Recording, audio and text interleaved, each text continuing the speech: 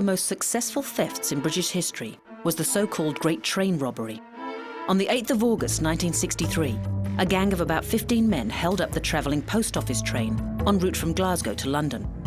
Tampering with the signals at Sears Crossing, the robbers then took the uncoupled money train to Bridego Railway Bridge at Ledburn in Buckinghamshire. There, they stole around £2.6 million, the equivalent of about 40 million in today's money, and over 8 times the amount usually carried on the train due to a Scottish bank holiday. The gang had no guns, a fact which accounts for the response to them from the British public. By some, the robbers were regarded almost affectionately, but the crime was not really a victimless one. The co-driver, David Whitby, was thrown down a railway embankment, and the driver, Jack Mills, was abducted before being hit over the head with an iron bar, causing trauma headaches for the rest of his life. An anonymous tip-off led to the arrests and imprisonment of 13 members of the gang. The most famous, Ronnie Biggs, escaped after 15 months and lived for many years in Australia and Brazil before returning home to England in 2001 at the age of 71, citing increasing ill health and mounting medical bills in Brazil. He was sent back to jail with 28 years of his sentence remaining. In July 2007, he was moved to Norwich Prison on compassionate grounds.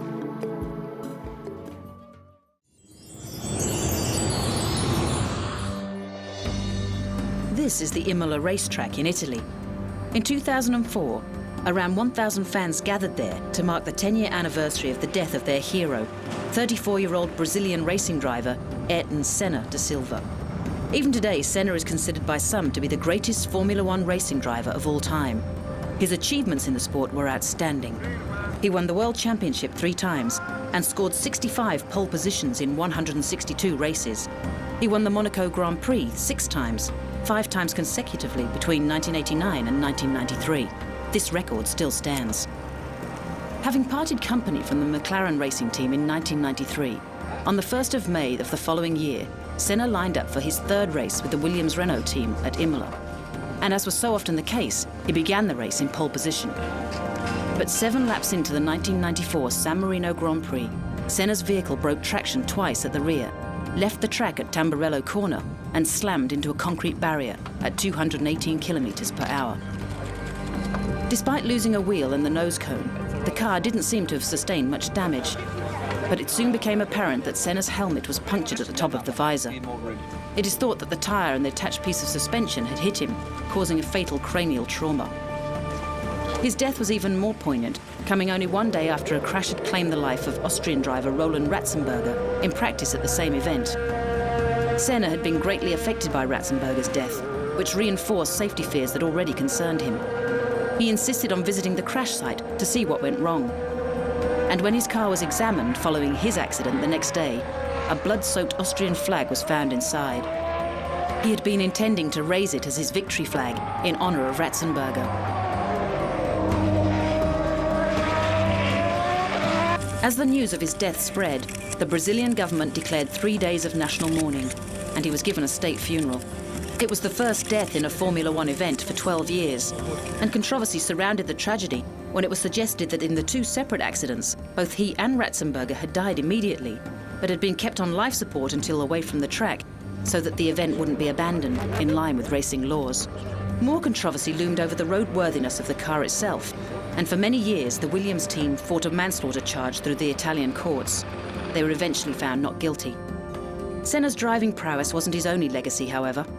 After his death, it was revealed that he had donated millions of dollars to children's charities and founded an institution to help the disadvantaged, which is still thriving today.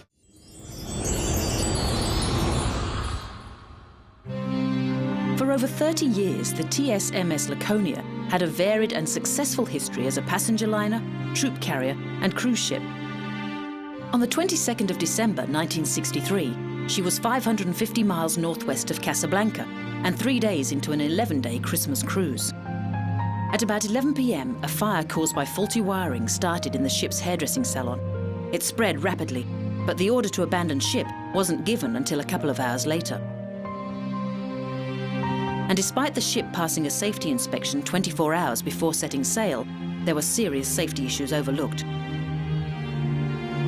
Many of the lifeboats were unusable due to rusted chains, and lockers containing life-saving equipment could not be opened. Other lifeboats burned before they could be launched, and one survivor later complained that the fire alarm was so weak it sounded like someone ringing a waiter for tea. Though many survivors were picked up, there was still a heavy loss of life. Out of the 1,022 people on board, a total of 128 died.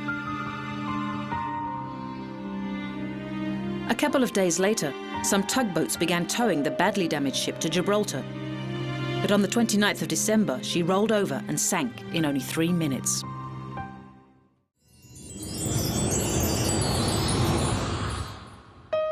Clifton House, the Buckinghamshire mansion that in its time has been home to the Astor family and various dukes, but really earned its infamy in the early 60s when it became known as the place where Cabinet Minister John Profumo met topless showgirl Christine Keeler. There's nothing the great British public and the not-so-great British media like better than a sex scandal, a spy scandal, or a political one. But when you get all three together, that's the best thing of all. And to this day, the Profumo affair is the one that people still talk about. Profumo met Keeler at a party organised by the society osteopath Stephen Ward and had a brief affair with her, despite being married to actress Valerie Hobson. Keeler was at the time close friends with Mandy Rice Davis, whose vivacity and ready wit brought an even greater spotlight on the affair. The scandal really developed when news of the affair spread, coupled with the revelation that Keeler was also seeing Yevgeny Ivanov, a naval attaché at the Soviet embassy. Considering Britain was in the middle of the Cold War, the security breach implications of this led to questions in the House of Commons, with Profumo compounding his disgrace by at first lying about the affair, saying there had been no impropriety whatsoever. When Profumo was finally forced to admit the truth, his position became untenable, and he resigned from the cabinet on the 5th of June 1963. The ripple effect spread to Prime Minister Harold Macmillan, who stepped down in October with deteriorating health. Stephen Ward was charged with living on the immoral earnings of prostitution and committed suicide in August, while Christine Keeler was sentenced to 9 months in prison on unrelated perjury charges concerning another boyfriend, Aloysius Gordon, known as Lucky. Keeler kept a fairly low profile during the whole Profumo affair, although she did pose for photographer Lewis Morley. The resulting shot remains one of the most iconic British images of the 1960s. In 2001, she published her autobiography, The Truth at Last. John Profumo, having kept a promise never to talk about the scandal again, died in 2006, having finally restored his reputation after many years of charity work. Mandy Rice Davis, on the other hand, had plenty to say for herself. She was called to give evidence at Stephen Ward's trial, and when the prosecution remarked that Lord Astor had denied any knowledge or relationship with her, she replied, "Well, he would, wouldn't he?" The quote has since entered popular usage, especially amongst British politicians. In fact, it was probably Rice Davis who came out of the whole Profumo scandal the best. She traded on her notoriety, married a businessman from Israel, and went on to open a number of successful nightclubs and restaurants in Tel Aviv. She also released records and worked as an actress, even appearing in an episode of Absolutely Fabulous in 1994.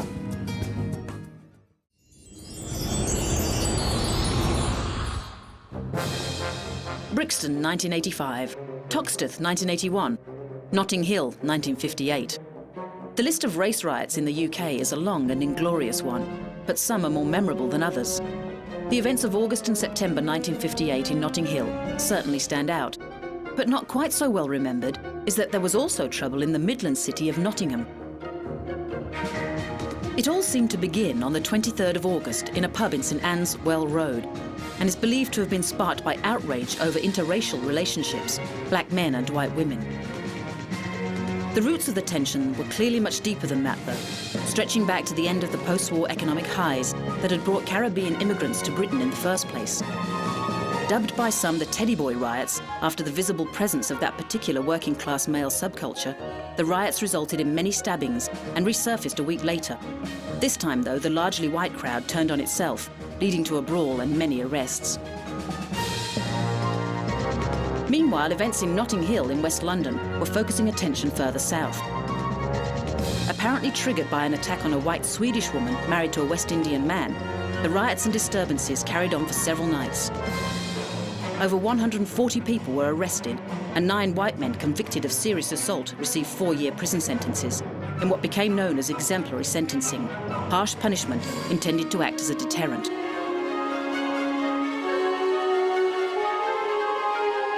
6 years later, Claudia Jones started the now world-famous Notting Hill Carnival as a response to the unrest and an attempt to improve the state of race relations in Britain.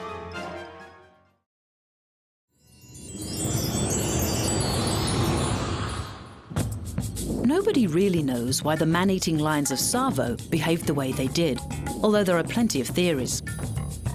Despite their appearances, these big cats were not lionesses, but male lions without manes.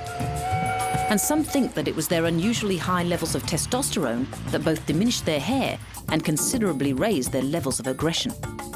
The lions were also much bigger than normal. The Tsavo beasts were reckoned to weigh 500 pounds and were 10 feet long. They also both had abscesses under their teeth, leading scientists to conclude that they were simply in too much pain to hunt and eat tougher prey. Or were the events of the late 19th century simply explained by an outbreak of rinderpest disease, a cattle plague which had wiped out much of the lion's usual prey? Local legends are more fanciful, however. It is believed by many that the lions were summoned by African shamans who didn't want the iron snake of the railway encroaching on their land.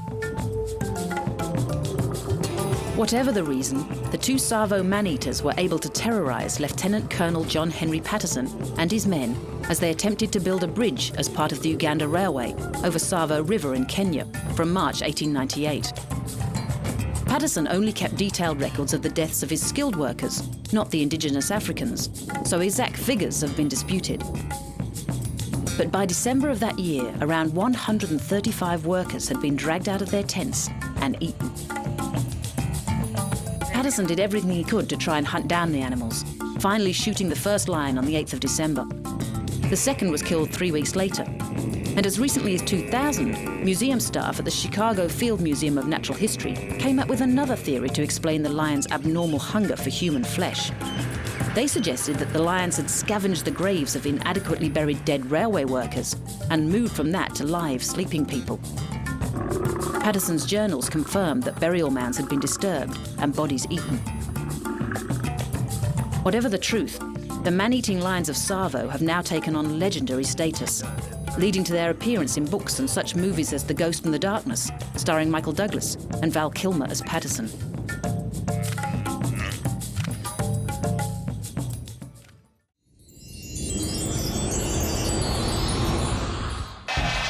Of all the tragedies that have taken place in sporting arenas, one of the most ignominious would have to be the Heysel Stadium disaster of the 29th of May, 1985. This is for the simple reason that it was triggered not by an accident or an act of God, but by hooliganism. The occasion was the final of the European Cup. England's powerhouse team, Liverpool Football Club, were to play the top Italian team, Juventus, at the ageing Heysel Stadium in Brussels. With around 60,000 fans in attendance, the ground had been cordoned off to keep the fans of the opposing team separate. One section, however, had been reserved for neutral supporters, and with the tickets acquired by travel agents and touts, this resulted in a number of Juventus fans finding themselves in close proximity to their sworn enemies. With just a flimsy fence dividing them, the Liverpool supporters rushed the barrier an hour before kick-off. As the Juventus supporters scrambled to get away, they backed into a crumbling wall, which collapsed, killing 39 people and injuring hundreds more. There is confusion about whether the organisers and players knew exactly what had happened, but it was decided to continue with the game anyway to prevent further disturbances. Juventus won 1-0, thanks to a penalty by Michel Platini. After the match, policing and stadium concerns were ignored, with Liverpool receiving all the blame. The club was banned indefinitely from European competition, as were all other English clubs. The ban lasted for 5 years.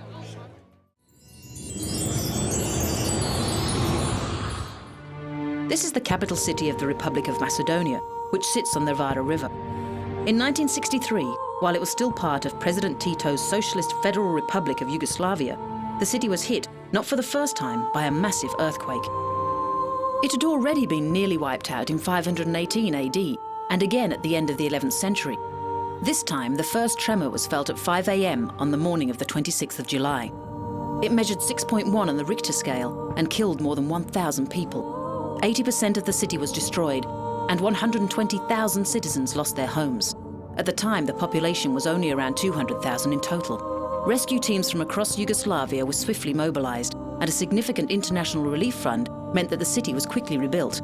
But many historical and cultural monuments were lost forever, as were elements of the city's Ottoman heritage. Today, next to a museum, the ruins of the old train station still stand, turned into a memorial for those that lost their lives in the quake. Saddam Hussein was by no means the first despot in Iraqi history. Baghdad's military past features a long line of dictators, coups and counter-coups. One of the bloodiest took place on the 8th of February 1963. It was a coup d'etat, orchestrated by the Ba'athist Party, which included Saddam, to topple President Abdul Karim Qasim. In the fighting, 5,000 Iraqis were killed, with the Ba'athists numbering their own losses at 80. The motivation for overthrowing Qasim was suspected to be pan-Arabist influence and state control over oil. It was carried out with the backing of the American CIA and the British government, and resulted in a house-to-house hunt for members of the Communist Party. Ironically, Qasim himself had come to power only 5 years earlier in another coup.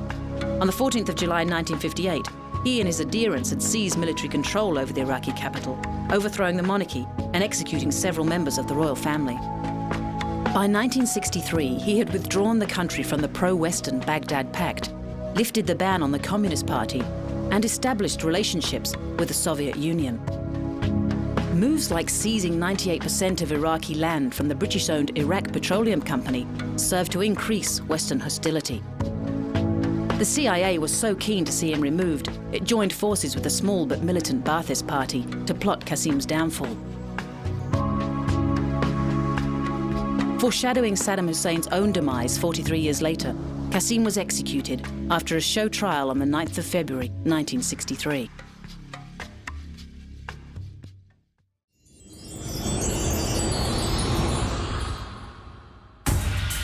The Democratic Republic of Congo, like many other former colonies, faced a long period of political instability and complicated maneuverings following its independence from its old colonizers Belgium in 1960.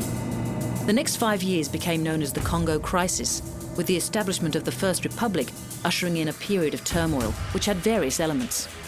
To begin with, there was the anti-colonial struggle, compounded by yet another displaced Cold War battle, with the United States and the Soviet Union becoming involved. There were also successionist battles, particularly in the province of Katanga. Katanga was one of the richest areas of the Congo, with copper, gold and uranium mines. It was led by Moise Tshombe, who declared independence from the rest of the country on the 11th of July 1960. With much of these mineral resources under the control of Belgian industrial companies, the Belgian government supported the bid for independence, helping the police force to become militarized and sending troops. And at the center of the Katanga fighting forces were several hundred European mercenaries, many of them Belgian nationals. Eventually, the United Nations became involved, establishing a peacekeeping force in the area after its Security Council Resolution 143 of July 1960, which asked the Belgian government to remove its forces from the territory. The Secretary-General of the United Nations, Dag Hammarskjöld, set up a UN force which remained in the Congo until 1964. At its peak, it numbered nearly 20,000, but the soldiers' blue helmets were a sign that they were there to keep the peace and could only use arms in self-defense. The first UN troops arrived in Katanga in mid-July, and by September the Belgian troops had all withdrawn. But not before Hammarskjöld had tried to intervene personally, only to be killed in a plane crash en route to the trouble spot. His death came in the middle of Operation Mortha, launched by the UN on the 9th of September, when it became clear that Tshombe's mercenaries were still in control of the gendarmerie. The operation went badly for the UN, amidst claims that it still had no official mandate to do anything but keep the peace. The fighting dragged on in Katanga until December 1962, when the UN initiated Operation Grand Slam, which proved decisive. By 1963, the capital city Elizabethville was under UN control, and the bid for independence was over.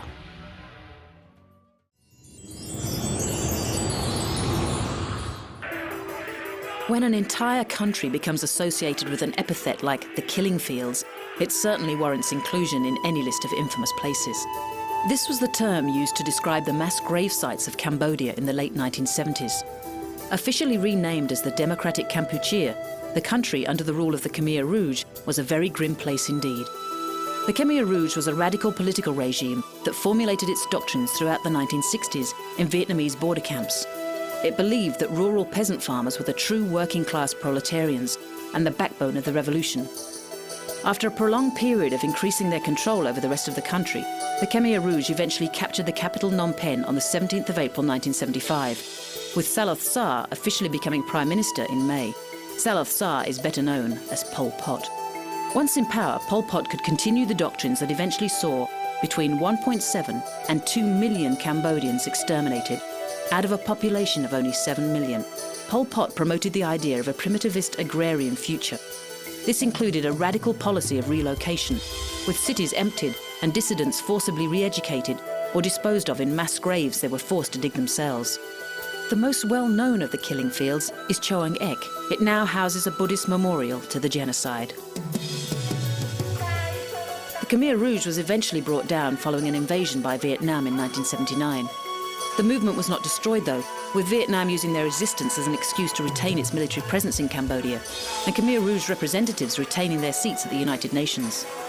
Pol Pot fled and lived in the woods on the Thai border, before finally dying in controversial circumstances on the 15th of April 1998.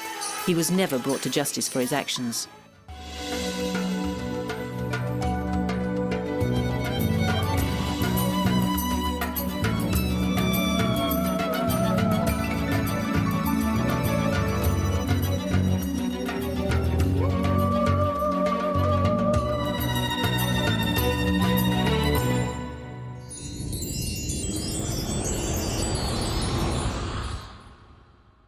Fourscore and 7 years ago, our fathers brought forth on this continent a new nation, conceived in liberty and dedicated to the proposition that all men are created equal. These are the opening lines of the Gettysburg Address, one of the most famous and oft-quoted speeches in American history, delivered by President Abraham Lincoln on the 19th of November 1863, and outlining the ethos at the heart of the American Civil War, namely the abolition of slavery. The speech was given 4.5 months after the clash from which it took its name, the Battle of Gettysburg. The battle lasted for 3 days, from the 1st to the 3rd of July 1863, and is generally regarded as the turning point of the 4-year war. The Confederate troops of the southern states were led by General Robert E. Lee, and having recently won an important victory at Chancellorsville, they were ready to resume their second attempt at a march north, hoping to make it as far as Harrisburg in Pennsylvania, or even Philadelphia. But first, they had to get through a little town called Gettysburg. Located 8 miles to the east of South Mountain, with Marsh Creek to its southwest and Rock Creek to its southeast, Gettysburg became a borough in the early 1800s. By the time the Civil War broke out, its population was around 2,400. As General Lee reached the town, President Lincoln urged Major General Joseph Hooker and the Union Army to follow closely behind. Before the battle could commence, though, Hooker was relieved of his command, and it was Major General George Gordon Meade and the Union's Army of the Potomac who resisted Lee's attacks. The Confederates took the offensive, and on the first day they attacked some ridges to the northwest of the town. The Union's defense lines rallied, but were swiftly overcome by 2 hefty contingents of Confederate troops, orchestrated from Lee's headquarters. The Union troops retreated, scattering through the streets of the town. But that was just day 1. By the 2nd of July, with most of both armies now ready for action, Meade put his defensive strategy into play. More heavy Confederate assaults triggered fierce battles at places like Little Round Top, the Wheatfield, Devil's Den, the Peach Orchard, and, fittingly, Cemetery Hill. Overnight, the troops began to count their losses before resuming their positions the next day. Again, Lee's forces led attacks to the east and south, but the major skirmish was at Cemetery Ridge, where, against the advice of the commander, Lieutenant General James Longstreet, 12,500 Confederates took part in the ill-fated Pickett's Charge. Major General George Pickett was one of the divisional commanders, and it was his fresh troops who were earmarked to lead the assault.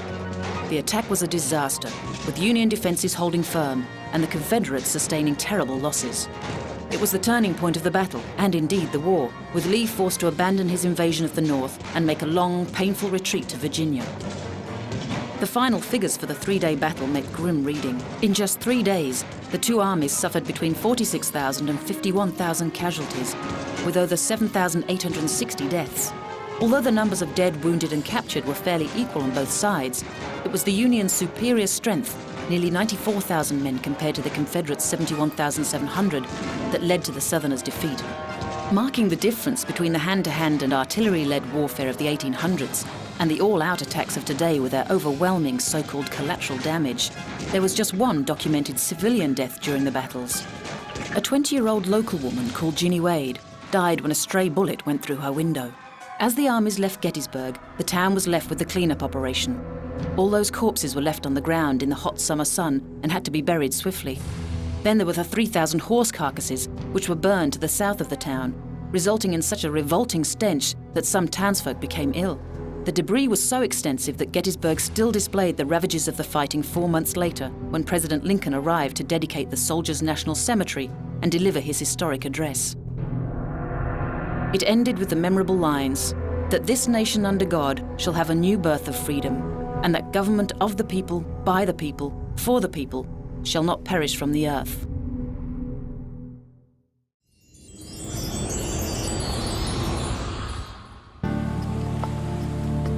At about 6:30 on the night of the 6th of March 1987, the unthinkable happened to the British car ferry, the Herald of Free Enterprise. Having just left the Belgian port of Bruges-Zeebrugge for Dover in England, she was only 90 metres from shore when she capsized, leading to the deaths of 193 passengers and crew. The 7-year-old ferry was a roll-on, roll-off craft, which meant it had doors at both the bow and the stern, and it soon became apparent that through oversight and negligence, she had left the harbour with the bow doors still open. Only a minute and a half into the voyage, at a speed of just under 19 knots, water began to pour into the car deck. This caused the ship to list to port before righting herself and then listing again. This time she went right over, ending up half submerged in the shallow water. With the electrical systems flooded, the ship was plunged into darkness, but a nearby dredger saw the lights go out and raised the alarm. Help began arriving within half an hour, but unfortunately the 3 degrees Celsius water meant that many of the victims trapped in the ship died due to hypothermia. It was later discovered that the crew member responsible for shutting the doors had gone on a break and was asleep. Nor was the first officer on the car deck as the ship set sail, as he was trying to keep to a tight schedule. And the captain was not able to see that the doors were still open. An inquiry into the disaster found that there was a disease of sloppiness throughout the Townsend Torres and Company. It was also noted, however, that ferries had sailed with open doors before, without sinking, but there were other contributing factors here, to do with the pressure created by the ship in the shallow water, the height of the bow doors, and the speed at which the vessel was travelling. But even with all these factors, disaster could still have been averted if the ship had been divided into watertight compartments and not featured an open car deck. This facilitated easy loading and unloading of vehicles, but also meant that the entire car deck was flooded, leading to the ship capsizing when she turned. In October 1987, a coroner's inquest jury returned a verdict of unlawful killing, and many people involved were prosecuted for manslaughter, as was the operating company, P&O European Ferries. And since the accident, there have been design improvements made to this type of ferry, including switches on the bridge displaying the status of the bow doors, watertight ramps fitted to the bow sections, and freeing flaps which let water escape from the car deck in case of flood. This was all too late for the Herald of Free Enterprise, though, which was raised and made one last voyage to India, where she was dismantled in 1988.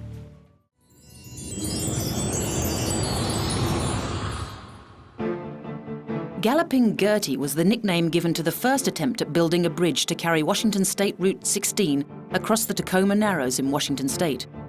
It was opened to traffic on the 1st of July 1940 and quickly earned its descriptive moniker for the way it moved in the wind. As is so often the case, the problem was one of funding. Plans for the bridge had kicked off in earnest in 1937 when the Washington State Toll Bridge Authority came into being and took control of $5,000 for a feasibility study into building a suspension bridge. But when the authority applied to the Public Works Administration for $11 million to build a design by local engineer Clark Eldridge, a New York company said they could do it for less. The new design featured 2.5-metre girder supports beneath the roadway instead of the original 7.5-metre ones. This decision was to prove disastrous. And at 11 a.m. on the 7th of November, just 4 months after opening, events showed just how disastrous. A physical phenomenon known as mechanical resonance made the bridge swing violently from side to side before the concrete cracked and the bridge's central span plunged into the narrows below. Amazingly, there was no human loss of life in the incident, although there was one death, a cocker spaniel called Tubby, who got trapped in a car when his owner's father, local news photographer Leonard Coatsworth, was forced to flee for his life. Coatsworth later received compensation of $364.40 for his car contents, including poor old Tubby.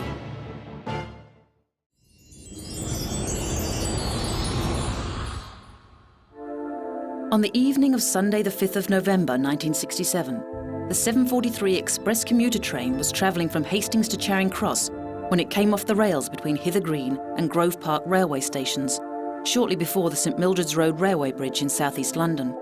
It was 9:15. The train was travelling at approximately 70 miles per hour in heavy rain when the front wheels of the third coach hit a wedge-shaped piece of steel that had broken away from the track, derailing the coach.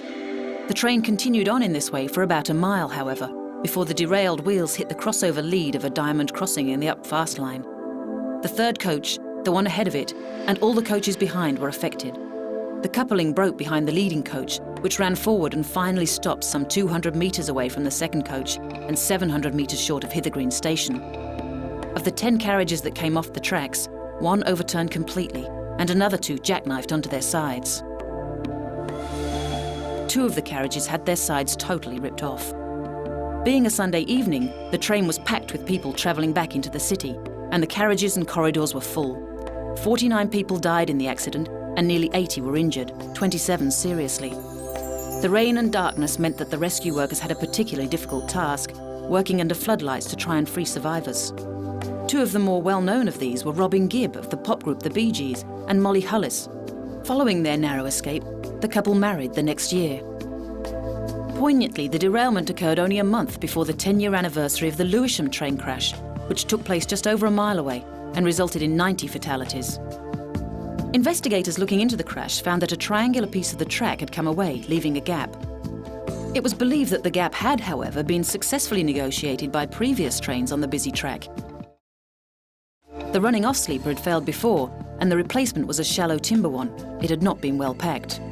The running-on rail was supported by a concrete sleeper, which gave it very rigid support, leading to severe stress on the rail as successive trains struck it. But the 743 had a special suspension fitted in order to limit the sway of bodies, as there were tight clearances in the tunnels on its regular Tunbridge-Hastings route. This caused very high wheel forces at any track irregularities, which probably explains why this train derailed when others didn't. It was also noted that the speed limit on this section of the railway had been raised from 75 to 90 miles per hour a few months previously, and it was thought that, accordingly, available resources for basic track maintenance had simply become overwhelmed. The accident resulted in the speeding up of the introduction of continuous welded rail, the banning of concrete sleepers at rail joints on the southern region, and also the upgrading of maintenance standards in line with the increased wear caused by faster, heavier trains on the tracks.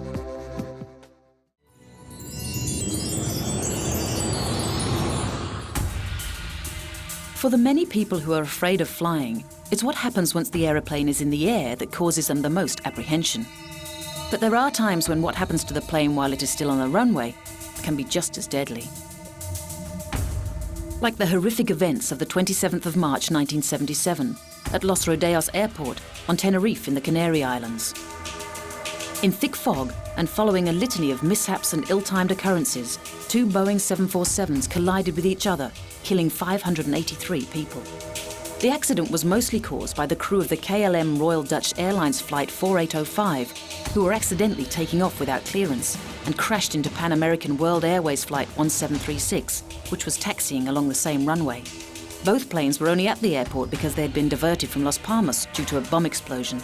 Simultaneous radio messages cancelled each other out, and non-standard language was used between the cockpits and the control tower.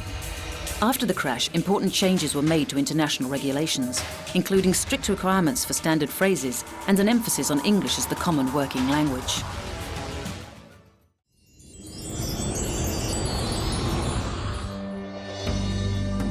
Originally built in Hyde Park to showcase the Great Exhibition of 1851, the Crystal Palace was eventually moved to a suburb of London now known as Upper Norwood, where between 1854 and 1936, it became a popular destination for thousands of Victorian pleasure seekers. After its move from Hyde Park, the huge wrought iron and glass edifice wound up being about 560 metres in length and around 50 metres high. It was created by Joseph Paxton, who received a knighthood for his efforts. For many years, the palace was a great attraction, with its exhibitions of arts and crafts or dinosaurs, its firework displays, balloon launches, its fountains and trees, and grand events such as a 3-day festival of Handel's music. Queen Victoria herself called the place enchanting.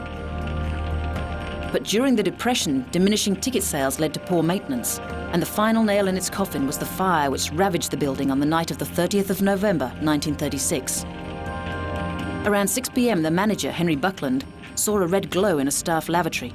He called workmen and went back to his duties, but within 5 minutes the building was ablaze. 381 firefighters using 89 engines battled the flames, but to no avail.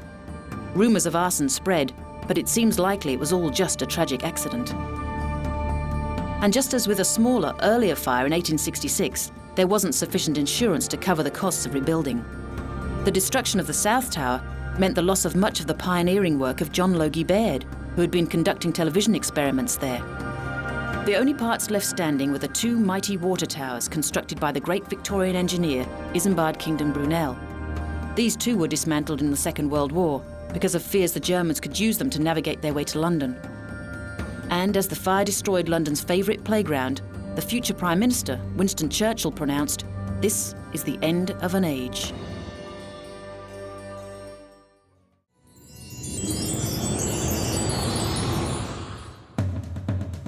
The world's worst offshore oil disaster to date took place on a North Sea oil production platform called Piper Alpha on the 6th of July 1988. On that date, an explosion and fire took the lives of 167 men out of the 229 on board at the time. The oil rig was operated by Occidental Petroleum and began production 12 years before that, drilling for oil initially and peaking at 300,000 barrels per day, but then focusing on its new gas recovery module from around 1980.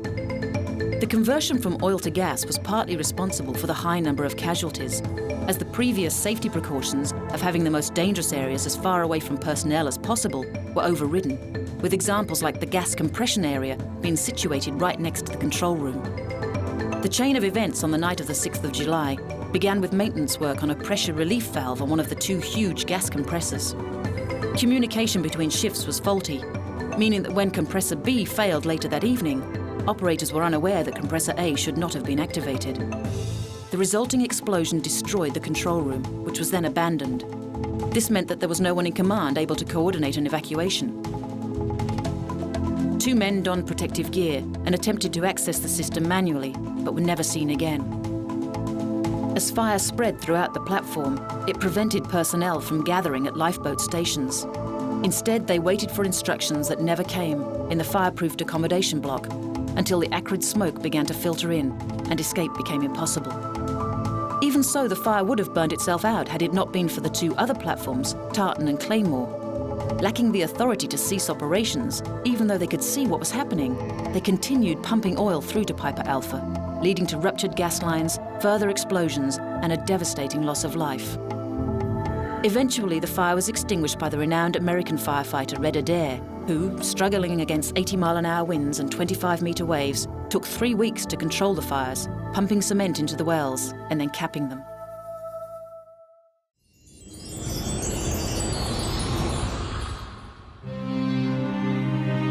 This is Aberfan, a small coal mining village about 8 kilometres south of Merthyr Tydfil in South Wales. And this was the Pantglas Junior School. In 1966, it was led by headmistress Anne Jennings and her 10 teachers. There were 240 pupils.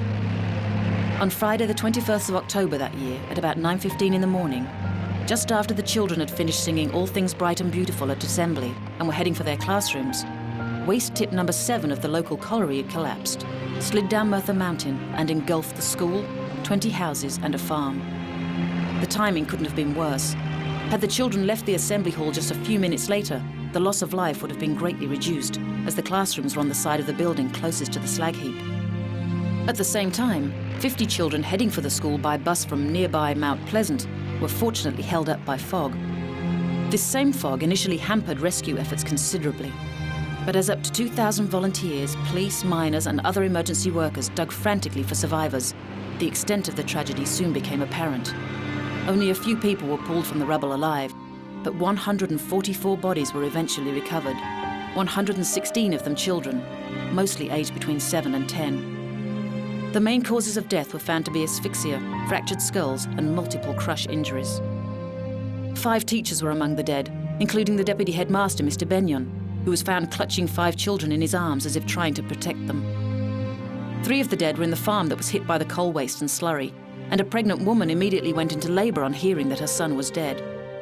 Just over a week after the disaster, and after the last bodies had been recovered, the Queen and Prince Philip, the Duke of Edinburgh, visited Aberfan to pay their respects. A 3-year-old girl presented the Queen with a posy on which it said, "From the remaining children of Aberfan." Witnesses reported the Queen being close to tears.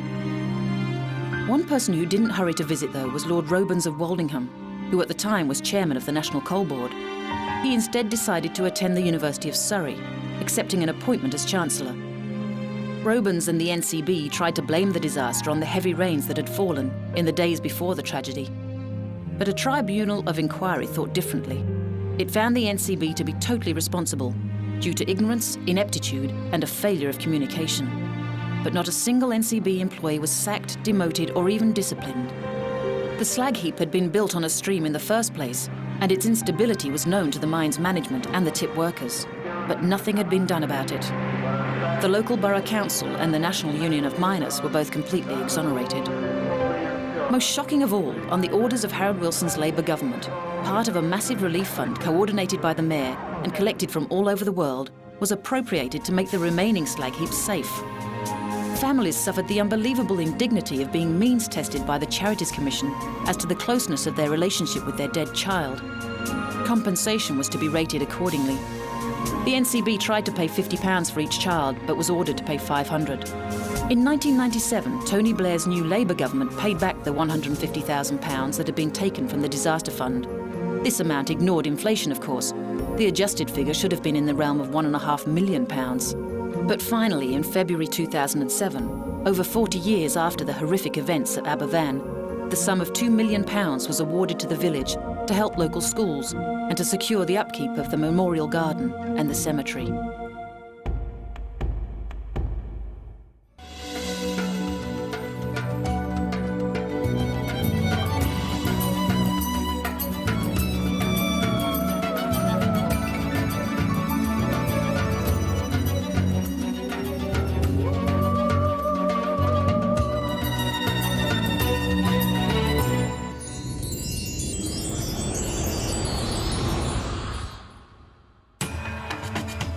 This is a Union Carbide subsidiary plant in Bhopal, a central Indian city with a population of just under 1.5 million.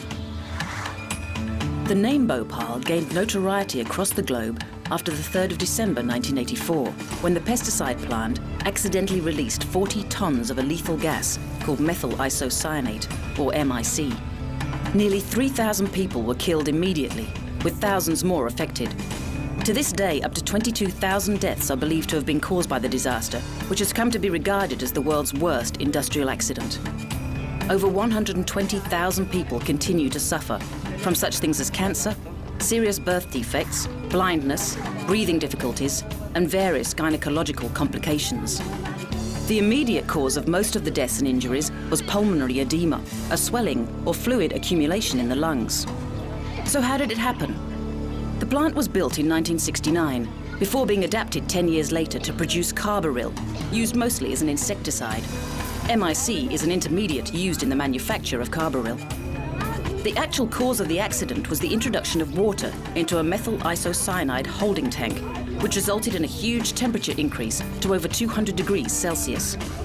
The toxic gas produced led to a pressure release in the form of an explosion. But how the water got in the tank is another story.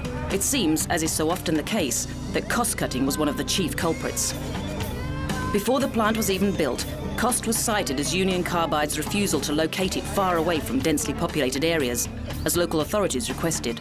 And from 1982 onward, there was a long litany of cost-cutting shortcuts and safety violations made at the plant in response to falling profitability from decreased sales of pesticides. Just one example of the widespread malpractice is that 70% of the plant's employees were fined prior to the disaster for refusing to deviate from the proper safety regulations, despite pressure from management. When confronted with the disaster, though, the response from Union Carbide management was that the incident was caused by deliberate sabotage, a claim that has never been substantiated. Nor has anyone ever been prosecuted or even publicly named for such an act. Unlike Union Carbide's company chairman, Warren Anderson, who was charged with manslaughter but escaped to the US. He has since been living comfortably in the Hamptons. Years of legal wranglings followed the disaster, but other issues have also arisen, particularly ongoing health problems and contamination of the area. When an out-of-court settlement was finally reached in 1989, Union Carbide agreed to pay $470 million in damages. Not that much when it's considered that by then it had already spent $50 million on legal fees alone. By October 2003, the company, which was purchased by the Dow Chemical Company in 2001, had paid families of the dead, on average, $2,200 by way of compensation. The recriminations and accusations continue.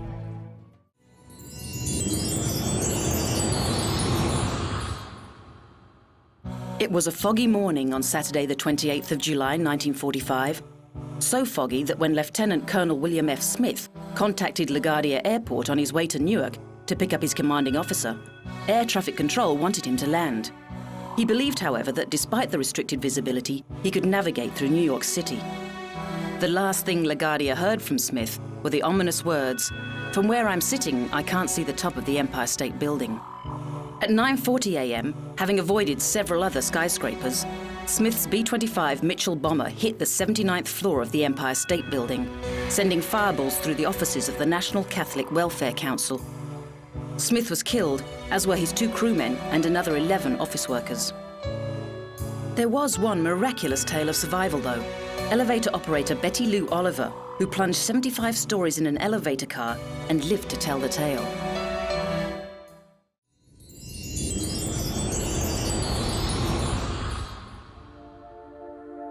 In late March 1997, 39 bodies were found in a rented mansion in the San Diego community of Rancho Santa Fe, California. They all belonged to a group called Heaven's Gate, an extremely insular religious movement begun in 1975 by Marshall Applewhite and Bonnie Truesdale Nettles. The couple eventually became known by several names, including Doe and T, or simply the Two. After Nettles' death from cancer in 1985, Applewhite and his followers became increasingly convinced that their physical bodies were just temporary vehicles. They also became sure that their real selves were due to be taken to another, more evolved kingdom via a spaceship trailing in the wake of Halley's Comet. Accordingly, over 3 days, the group planned and executed an exit strategy, which consisted of them splitting into small shifts to take lethal mixtures of phenobarbital, applesauce, and vodka. They also secured plastic bags over their heads to ensure asphyxiation. When they were found, after sending an explanatory video to Rio D'Angelo, an ex-member who had left the group just a month earlier, all the bodies were identically dressed in black shirts, black sweatpants, and brand new Nike running shoes. They also each wore an armband reading, "Heaven's Gate Away Team." Each was found lying neatly in their own bunk beds with a suitcase packed, plus $5 and some change in their wallets. It seems the group, who lived very frugally, had taken up this practice to avoid being arrested for vagrancy. Prior to the discovery of the bodies, little had been known about the group's strict ideals, but the deaths changed all that. It was discovered that they were not allowed to have sex, and in the months before the mass suicide, several of the males had undergone castration, although there is some dispute as to whether this was to better control their physical impulses or to prepare for the genderless life they were expecting at the so-called next level. The group supported itself by building websites, and many of its beliefs and pronouncements can still be accessed via the internet. Marshall Applewhite believed that the Earth was due to be recycled or wiped clean, and the only way to survive this process was to leave it immediately. When he and Nettles founded the group, they claimed that they themselves had arrived on the planet via a UFO and were due to return via a process that they could teach to group members. Applewhite believed that it was Nettles piloting the spaceship coming to take them all to the next level. The youngest to die was 26-year-old Michael Sando, and the oldest was Jacqueline Opal Leonard, who was 71. The rest were fairly evenly divided between men and women. What was less widely reported, however, is that the events of March weren't the end of it. 2 months after the San Diego deaths, 2 group members attempted suicide in a similar fashion in a hotel room not far from the Rancho Santa Fe mansion. Wayne Cook died, but Charles Humphrey survived before a successful second attempt in the Arizona desert a year later.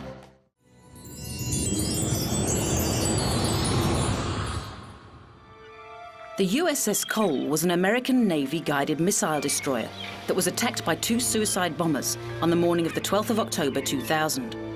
The Cole was in the middle of a refueling stop at the Yemeni port of Aden when a small craft loaded with explosives approached on the port side. The blast caused an 11 by 11 meter gash in the side of the ship and ripped through the ship's galley, killing 17 sailors and injuring a further 39. Crew members fought to contain the flooding, and several support ships, including the British Navy's HMS Marlborough, came to the Cole's assistance. The Cole was later towed by the ocean tug Katorba to the Blue Marlin, a Norwegian semi-submersible salvage ship which transported it to Mississippi, where it underwent 14 months of repair before being redeployed. The attack was regarded by many as a precursor to the events of September the 11th the following year, with American investigations coming to the unproven assumption that it was orchestrated by Osama bin Laden's al-Qaeda organization, with material support from the government of Sudan.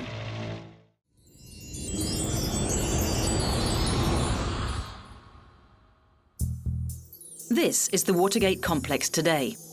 Built in 1967 in northwest Washington, D.C., the superblock of hotel, offices and apartments became notorious around the globe in 1972, when it gave its name to one of America's most significant political scandals.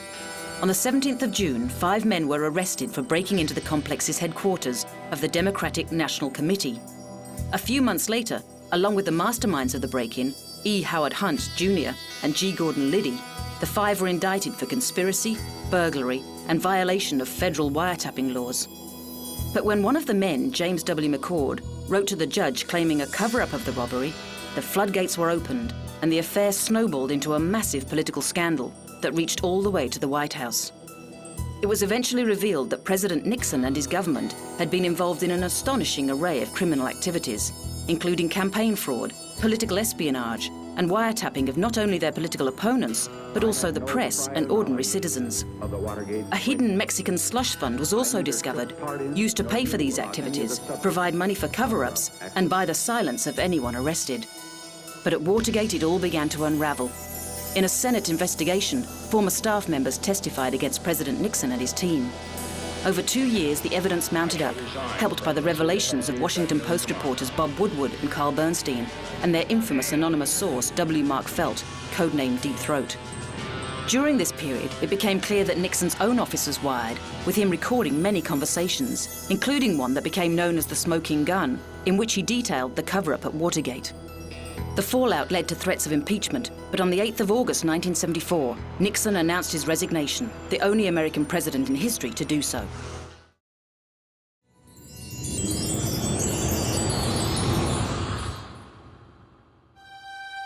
For such a relatively small country, the UK has certainly seen its fair share of railway tragedies, particularly around the Greater London area. Unsurprisingly, one of them was at Clapham Junction, one of the largest and busiest railway junctions in the UK, if not Europe. At 8:10 on the morning of Monday the 12th of December 1988, a packed commuter train, travelling at around 65 kilometres per hour, ran into the back of another one, sitting in a cutting about 800 metres south of Clapham Junction. The impact caused the first train to veer to its right and collide with another oncoming empty train. 35 people died in the accident, all of them in the first 2 carriages of the first train. The number of injured is unclear, but there were at least 100, though some reports put the number as high as 400, 69 of them seriously. First on the scene were pupils from the nearby Emmanuel School, who helped save many lives and received commendations for their actions from the government. Investigations found that the cause of the accident was faulty wiring. The driver of the 718 from Basingstoke to Waterloo saw a signal change from red to green without turning yellow. Following procedure, he stopped at the next signal telephone to report the anomaly, but was advised that there was no fault and he should continue. Before he could do so, the late-running 614 from Poole, obeying false proceed signals, hit his train from behind. A 4th train, also obeying the faulty signals, managed to stop just 60 metres short of the back of the Poole train. It was discovered that sloppy work practices had left an old wire half-connected, causing the signal to show green when it should have been red. And a supervisor who had noticed the loose wiring didn't mention it, so as not to rock the boat. Recommendations were made for the introduction of the automatic train protection system, but despite subsequent crashes at Southall and Ladbroke Grove, to date these recommendations have still not been acted upon.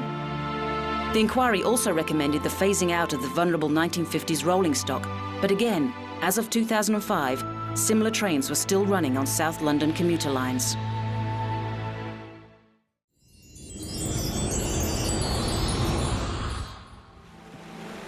The Torrey Canyon was one of the world's first big supertankers, nearly 300 meters long by 40 meters wide. She was built in the US in 1959 and had her initial capacity of 60,000 tons doubled following a refit in Japan. She was owned by the Barracuda Tanker Corporation, a subsidiary of the Union Oil Company of California. On the 18th of March 1967, she was chartered to British Petroleum and carrying a cargo of 120,000 tons of oil from Kuwait to Milford Haven in southwest Wales. At around 6 a.m, the captain woke to find the ship was further to the east of the Scilly Isles than was intended. To go round the west of the Isles would have been the safest route, but it would have added 40 miles and precious time. So he made the fateful decision to take the 7-mile-wide deep water channel that lay in the 20-mile stretch between the Isles and Land's End. As the almost unmaneuverable ship negotiated the channel, an underexperienced junior officer was in charge of navigation. The Italian captain, Pastrengo Uggiati, who was also on the bridge, realized they were heading for a collision with a fishing fleet. But there was confusion as to whether the ship was in manual or automatic steering mode, and by the time this was resolved, it was too late. Cruising at 17 knots, the Torrey Canyon hit Pollard's Rock in the Seven Stones Reef and tore open 6 tanks. The resulting oil spill was an environmental disaster. Several methods of addressing the accident and containing the spill were attempted. To begin with, a Dutch salvage team tried to float the ship off the reef, but this was unsuccessful and resulted in the death of one of the team members. As the ship broke apart after several days on the rocks, the high seas meant that the use of foam booms to contain the oil was met with limited success. Over 190 kilometers of Cornish coast and 80 kilometers of French coast were contaminated by the oil spill, with an estimated 15,000 seabirds killed, along with large numbers of marine organisms. And the attempts at breaking up the 430 square kilometer slick actually exacerbated the damage.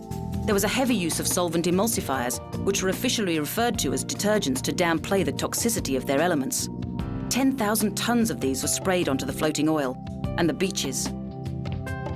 With the crisis threatening to worsen, English Prime Minister Harold Wilson held a mini cabinet meeting at the Royal Naval Air Station Culdrose in Cornwall, where it was decided that setting fire to the remaining oil was the only option left.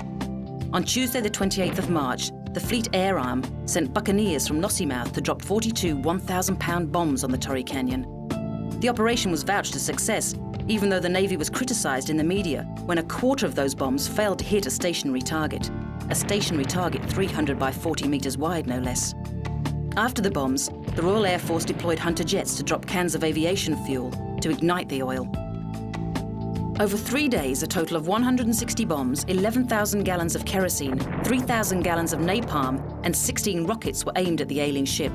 She finally slid from view on the 21st of April. An inquiry into the accident was held in Liberia, where the ship was registered, and it laid the blame squarely at the feet of Captain Uggiati and his decision to take a shortcut to save time.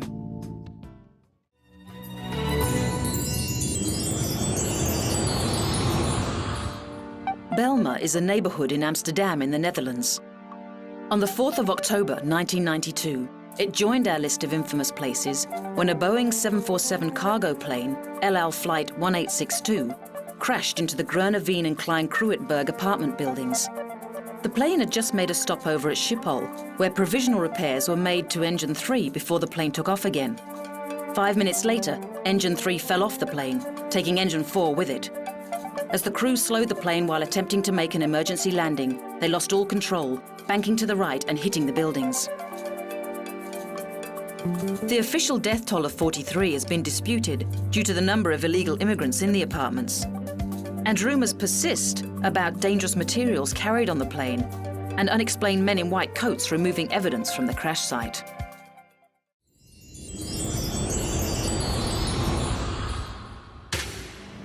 This was once the US barracks of the multinational force at Lebanon's Beirut International Airport.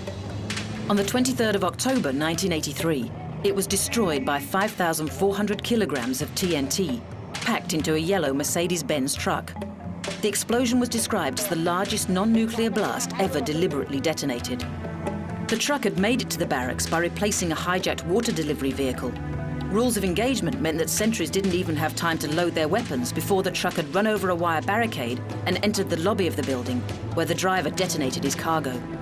The blast lifted the 4-story building into the air before the entire structure collapsed, crushing those inside and sending a shockwave and fireball in all directions. 241 American servicemen were killed, the majority of them Marines. As the attack took place at 6:22 in the morning, most of the victims were still asleep in their bunks.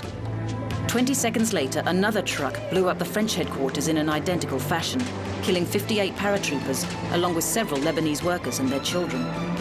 The Americans and French were stationed in Beirut as part of the International Peacekeeping Force during the Lebanese Civil War of 1975 to 1990. Rescue efforts continued for days, hampered by sniper fire. Survivors were airlifted to the RAF hospital in Cyprus or US and German hospitals in West Germany. On hearing of the attack, US President Ronald Reagan labeled it a despicable act and voiced his commitment to US forces remaining in Lebanon. French President François Mitterrand declared the same intention while launching an airstrike in the Bekaa Valley against the Iranian Revolutionary Guard in retaliation for the bombing. The Americans planned a military response, but instead the Marines were moved offshore, and only 4 months later, President Reagan, in an about-turn, ordered their withdrawal from Lebanon. By April, the rest of the multinational force had followed suit. It was widely believed that Hezbollah was the organization behind the bombings, and several Shiite militant groups, including the Free Islamic Revolutionary Movement, claimed responsibility. Some in the US government, though, remained unsure. As recently as 2001, Caspar Weinberger, who was the US Secretary of Defense at the time of the bombing, said, "But we still do not have the actual knowledge of who did the bombing of the Marine barracks at the Beirut airport, and we certainly didn't then."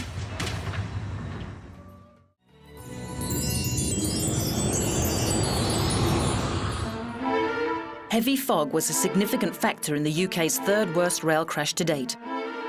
At about 6:20 p.m. on the evening of Wednesday, the 4th of December, 1957, the extremely poor visibility had already seriously disrupted train services before the delayed Cannon Street to Ramsgate Express, hauled by the steam train Spitfire, missed 2 signals and ploughed into the rear of a stationary 10-coach electric train en route from Charing Cross to Hayes. The accident happened close to St John's railway station in Lewisham, southeast London. As the Spitfire's first coach concertinaed into the engine, the mangled metal knocked away the support column of an overbridge, which promptly collapsed, greatly increasing the casualty figures. Added to this, both trains were crowded, not only because it was rush hour, but because the fog had led to many cancellations and delays of other trains. In all, 90 people were killed, with a further 176 injured. Nearby householders called for ambulances, and with good road access, emergency services workers were on the scene within minutes. As there was no fire, firefighters concentrated on removing victims and getting the wounded to hospital.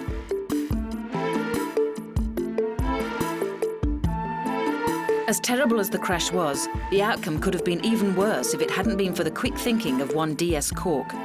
Cork was the driver of the Dartford train, which was travelling towards the overbridge when he noticed the twisted girders and managed to stop his train before it plunged through the gap and onto the wreckage below. Cork was hailed as a hero, unlike the driver of the steam train, W.J. True, who was tried for manslaughter in April 1958, acquitted following a second trial in May, and died the following year.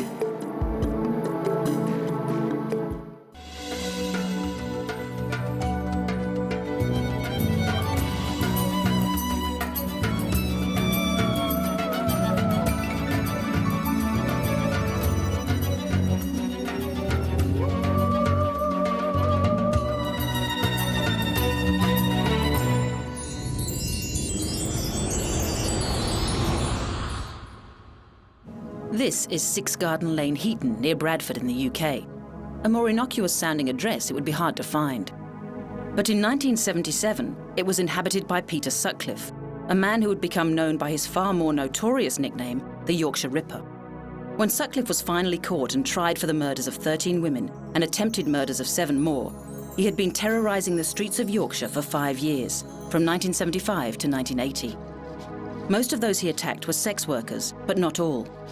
16-year-old Jane MacDonald broke the cycle when her body was found in June 1977. Sutcliffe claimed to have been ordered to commit the murders by voices in his head, originating, he said, when he heard Jesus calling "We be Echo" to him from a headstone. Throughout the period in which he carried out his attacks, Sutcliffe appeared to be living the life of a regular citizen. happily married to wife Sonia. Yet his modus operandi was particularly brutal, as he preferred to kill with blunt instruments like hammers and screwdrivers. One of the most remarkable facts about the case is the mistakes and misfortunes that characterized it, leading Sutcliffe to slip through the police's fingers on several occasions. Early on, a witness misidentified a car, resulting in 300 police officers working on 12,500 statements needlessly. Several of his victims survived, providing police with the description of their attacker. Sutcliffe was questioned by the police many times over the years, but in the days before computers and cross-referencing software, connections were simply not made in the massive amount of evidence building up. There was also the fruitless search for a man with a Wearside accent, thanks to a hoax message from a man who claimed to be the murderer. In 2005, John Humble was sentenced to 8 years in jail for attempting to pervert the course of justice. In November 1980, one of Sutcliffe's friends reported him to the police as a suspect, but again the information disappeared into the reams of evidence collected. In early January 1981, though, the breakthrough finally came, and it was pure luck. Sutcliffe was with sex worker Oliver Reevers in Broomhill, Sheffield, when he was arrested for the false number plates on his car. The next day, a knife, hammer and rope were discovered dumped at the place of his arrest.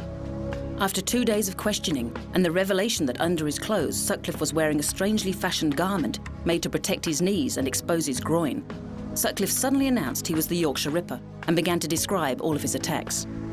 On the 6th of January, he was charged and he went to trial in May.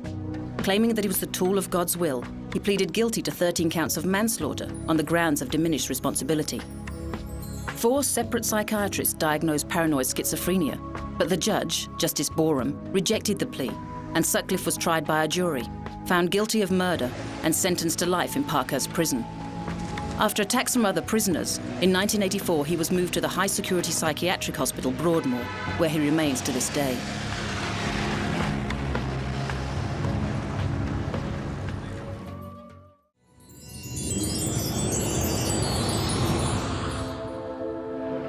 The deadliest terrorist attack on US soil prior to September the 11th, 2001 was a homegrown affair. At just after 9 a.m. on Wednesday the 19th of April 1995, a 2,300-kilogram bomb made up of fertilizer and nitromethane was detonated next to the Alfred P. Murrah Federal Building, a government office complex in downtown Oklahoma City. The explosives had been packed into a rented Ryder truck by ex-soldier Timothy McVeigh and his co-conspirator Terry Nichols. The final death toll was 168 people, 19 of them children, many from the building's daycare center just above where McVeigh left the truck. There were over 800 wounded. McVeigh was stopped and arrested within 90 minutes of the explosion. During his trial, he declared his hatred of the US government.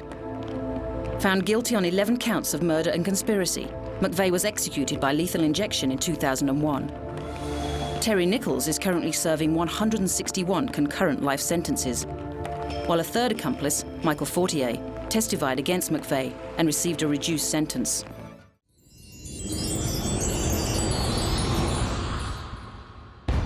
In the early 60s, the most pressing Cold War location for the United States was about 90 miles off the coast of Florida. For it was in Cuba that the revolutionary leader Fidel Castro had taken power in 1959, causing the administration of President Dwight D. Eisenhower to begin plotting his overthrow. It all began with the CIA's recommendation that Cuban exiles in the US be trained and equipped to take military action against Castro and his government. It is rumored that future President Richard Nixon was one of the chief instigators of the plan. Accordingly, anti-Castro forces were recruited and trained by the CIA in Guatemala in preparation for an invasion. But defects in the plot became apparent even before the attack could go ahead, with the Cubans learning of the plans, taking away the element of surprise. On mainland Cuba, more than 100,000 nationals suspected of being security threats were rounded up and imprisoned or executed. Then the new US President John F. Kennedy changed the proposed landing site from the city of Trinidad to the Bay of Pigs. This was done ostensibly to avoid charges that the invasion was US-backed. It is widely considered, though, that the invasion, which began on the 15th of April 1960 and was all over 4 days later, faltered in the air. Initial plans had been to take out the Cuban Air Force in several airstrikes, but after one strike, Kennedy cancelled the others, again to make the attack look Cuban and give the US plausible deniability. But without superiority in the air, and not receiving the expected support on the ground from anti-Castro locals, the invasion failed. Cuban losses were great, although exact numbers are strongly disputed. 115 members of the exile forces were killed, with around 1,200 captured. The captured exiles were put on trial, with some being executed and others sentenced to 30 years for treason. But a year and a half later, all were released in exchange for $53 million worth of food and medicine from the US. The whole affair was a tremendous political embarrassment for the Americans and paved the way for the chilling nuclear standoff, the Cuban Missile Crisis, a year later.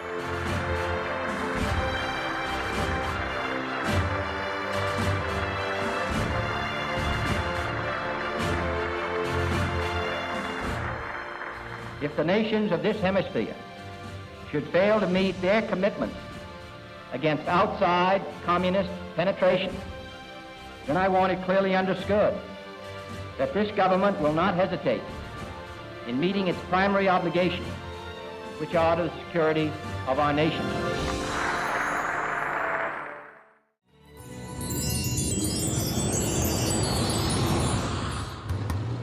While aeroplanes are the more traditional vehicle of choice for would-be hijackers, in 1985 it was the passenger liner Achille Lauro that found itself commandeered by 4 men from the Palestine Liberation Front.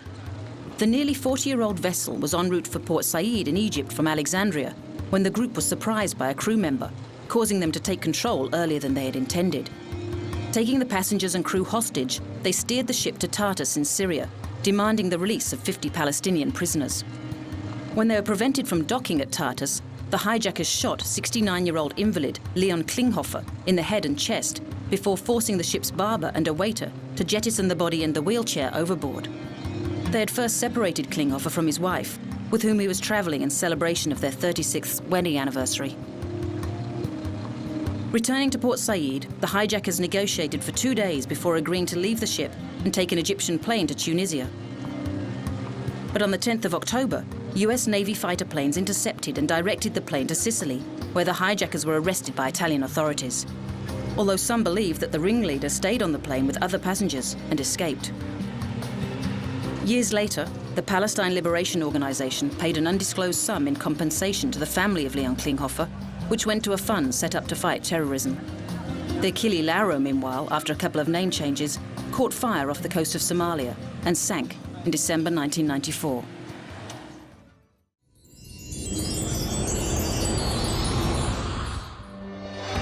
The Iranian Revolution of 1978 to 1979 heralded a turbulent time in world politics, prompting the coming to power of the Islamic leader Ayatollah Khomeini and the overthrow of the Shah, who left the country in 1979. The change in ruler had particular ramifications for the US, which had long supported the Shah's regime. When the ailing Shah requested permission to visit the US for medical reasons, the Iranian reaction was one of anger. A hastily planned protest was organized by a group of militant Iranian students, calling themselves the Muslim student followers of the Imam's line, but it soon snowballed into something much more significant. Early in the morning of the 4th of November 1979, the group stormed the American diplomatic mission in Tehran to voice their objections to US influence in Iran. Unexpectedly finding themselves strongly supported by the Ayatollah, now dubbed the supreme leader of Iran, the students extended their protest, which swiftly developed into a hostage situation. Initially, 63 US diplomats and 3 other US citizens were held hostage, with 6 other US diplomats escaping during the confusion, taking refuge in the nearby Canadian and Swedish embassies until finally leaving the country using Canadian passports in January 1980.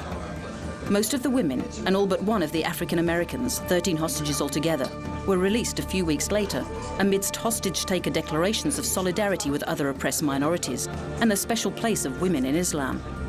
The 52 remaining hostages were in for the long haul, however, their ordeal eventually lasting 444 days. During their time in captivity, the hostages were described by their captors as guests of the Ayatollah, but their treatment did not reflect such a claim.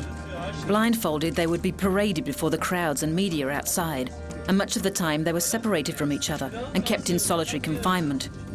In the US, President Jimmy Carter decided against a violent response, preferring to appeal for the hostages' release on humanitarian grounds. Then he sought to put economic and diplomatic pressure on the country by ending oil imports from Iran in November 1979 and freezing Iranian assets held in the US. Foreign diplomats and ambassadors were allowed to visit the hostages, and through them, hostage Bruce Langham was able to convey messages to the US government. With the crisis stretching out with no foreseeable end in sight, Carter eventually decided more assertive action was called for. In April 1980, he gave the green light to a rescue attempt. resulting in the failed Operation Eagle Claw. The botched operation, which featured helicopters breaking down and another one crashing in the Great Salt Desert, cost the lives of 5 US airmen and 3 Marines, and in all probability, Carter's own presidential career. The November 1980 election saw Carter removed from the White House in a landslide victory for Ronald Reagan, and the political stars fell into alignment, with all the hostages released on the 21st of January 1981, minutes after Reagan was formally sworn in as president, the timing of which still fuels conspiracy theories to this day.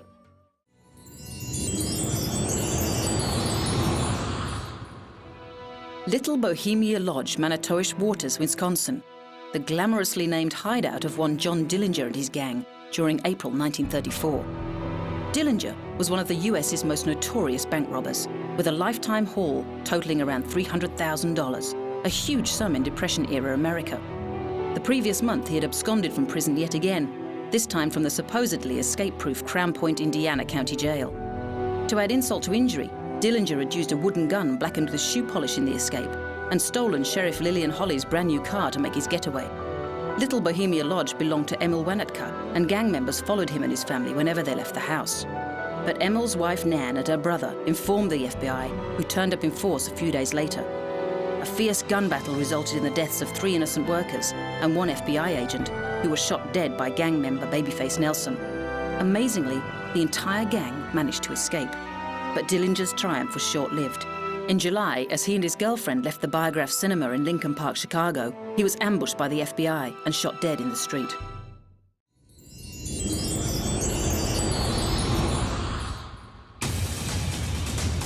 This was Operation Nimrod, the storming of the Iranian embassy in London in 1980 by the British Special Air Service in an attempt to end a siege orchestrated by the Democratic Revolutionary Movement for the Liberation of Arabistan, the group's name for the oil-rich Iranian province of Khuzestan. 6 members of the DRMLA, protesting against the regime of Ayatollah Khomeini, had taken over the building 6 days earlier, on the 30th of April 1980. But the event had only escalated into a military operation when they killed one of the 26 hostages, press attaché Abbas Lavasani, and threw his body outside. This was the catalyst that made British Prime Minister Margaret Thatcher give the go-ahead to the SAS. Only 23 minutes after Lavasani was thrown out of the building, the power was cut and a charge was detonated in a stairwell. SAS men blew in the window frames and some entered from the roof, using stun grenades to cause maximum confusion. 5 of the 6 hostage takers were killed in the 15-minute gun battle, with one of the bodies later found to have 76 gunshot wounds. Another hostage was also killed by the hostage takers. The 6th and only surviving member of the group, Fauzi Najad, left the embassy with the hostages, but was swiftly arrested. Convicted for his role in the siege, he was sentenced to life imprisonment, becoming eligible for parole in 2005. Due to the possibility of him being tortured or executed if deported to Iran, the British government was faced with the ironic situation of possibly being forced to grant him political asylum. On the whole, though, Operation Nimrod was judged a success, at least until stories surfaced about hostage takers surrendering and still being shot by SAS soldiers. Significantly, the entire incident was captured on live television, with the BBC even interrupting coverage of the World Snooker Championships to cover the unfolding crisis, and reporter Kate Adie catapulting herself to media fame by reporting unscripted from behind a car door for 45 minutes in one of the longest ever live-to-air news flashes.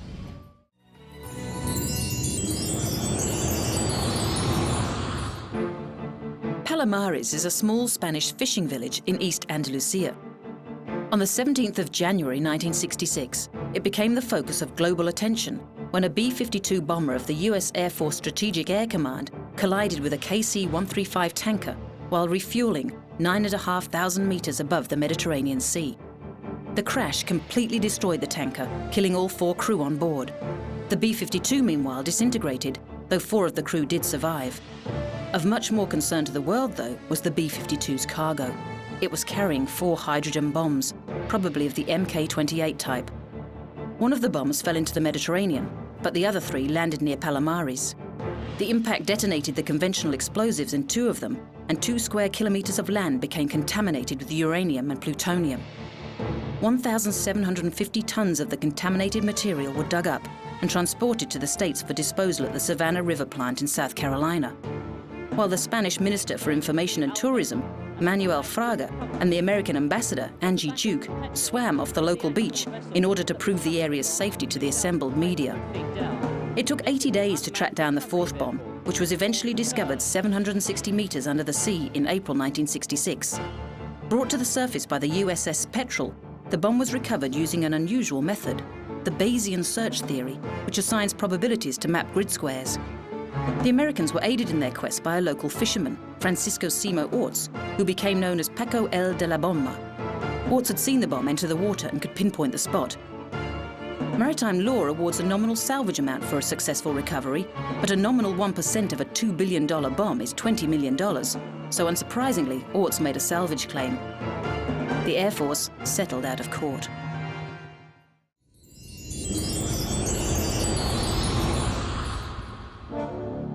Towards the end of the evening rush hour on the 18th of November 1987, a fire swept through parts of King's Cross St Pancras station in the London Underground.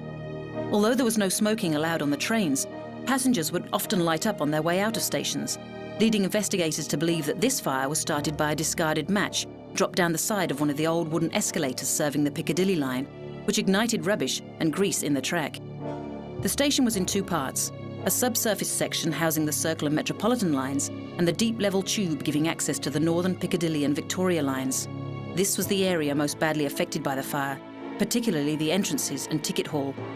At first, people believed the fire was small, but the draft and winds caused by trains coming in and out of the stations added to its speed and fueled a phenomenon that became known as the trench effect, which caused it to flash over in a fireball with drastic consequences. The inferno was also exacerbated by a solvent used in the paint on the ceiling above the escalators. In all, 31 people were killed, and over 60 suffered injuries ranging from burns to smoke inhalation. One of the dead was firefighter Colin Townsley, who was awarded a posthumous certificate of commendation for bravery. The last body to be named was 72-year-old Alexander Fallon of Falkirk. Fallon had been living rough in London, and consequently it took until January 2004 before forensic evidence finally uncovered his identity. As a result of the fire, all wooden escalators were replaced with metal ones, and smoking anywhere on the tube system was totally banned. But even so, as of 1991, a report found that out of 26 safety recommendations made at the time, only 8 had been properly carried out.